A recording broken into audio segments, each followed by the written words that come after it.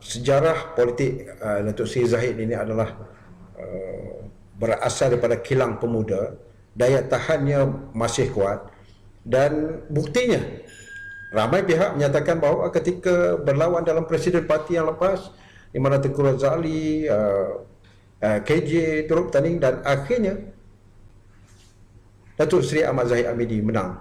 Saya tak mau sebut dari segi kehebatan yang macam mana, kerana masing-masing ada skill dalam politik ini seni dan memerlukan daya tahan yang lebih. Cuma apabila sejak mutakhir ini berlaku dua pihak yang menyokong dan yang seperti yang Datuk Seri Zahid sebutkan tadi, saya rasa ini perkara yang makin serius. Peluru fitnah dan roket-roket penjahanam. Roket-roket penjahanam, satu istilah. Datuk Zahid ni sebenarnya dia suka sebut perkataan-perkataan yang di luar jangkauan kita. Pernah beberapa ketika dia sebut apa ni ya, kementimunan. Saya masih ingat lagi. Ini perkara yang diluahkan berdasarkan kepada apa yang sedang berlaku dalam parti. Sebagai Presiden Parti, apabila dia meluahkan begini, saya yakin UMNO ini nampaknya semakin ialah kalau disebut kalau Datuk Seri Zahid sebut di bawah ni bentengnya masih kukuh, kemungkinan besar akan terus kukuh. Tapi masalahnya persepsi di bawah sudah berbeza-beza. Saya sebenarnya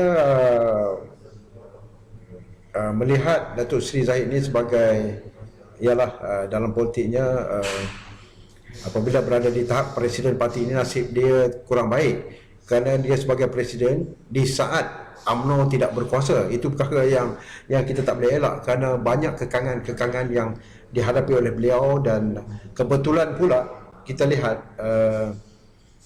ada perbezaan pendapat yang membawa kepada suatu keadaan yang agak tidak tenang dalam UMNO ini. Saya dapat lihat beberapa kenyataan daripada ialah pemuda umpamanya, satu persatu dikaitkan dengan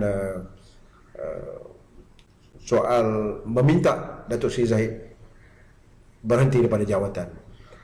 Dalam masa yang sama, kita dapat melihat kalau dulunya ada juga Exco Pemuda contohnya yang mati-mati bersama Presiden, kini nadanya sudah berbeza. Saya tidak tahu di mana silapnya, apakah dalam bentuk keadaan sekarang ini UMNO yang Perhimpunan Agungnya diganjak, tetapi pemilihan parti tetap akan berlangsung seperti yang disebutkan oleh Datuk Seri Ahmad Maslan. Jadi ini perkara-perkara yang bukan mudah untuk ditangani secara cepat oleh Datuk Seri Zahid, kerana saya yakin gelombang dalam UMNO kini semakin, kalau saya nak sebut parah nanti ramai yang marah, tapi ke arah itu. Kerana kalau nak disebut tenang dalam gelora, itu boleh. Nampak tenang, tapi sentiasa bergelora. Itulah UMNO.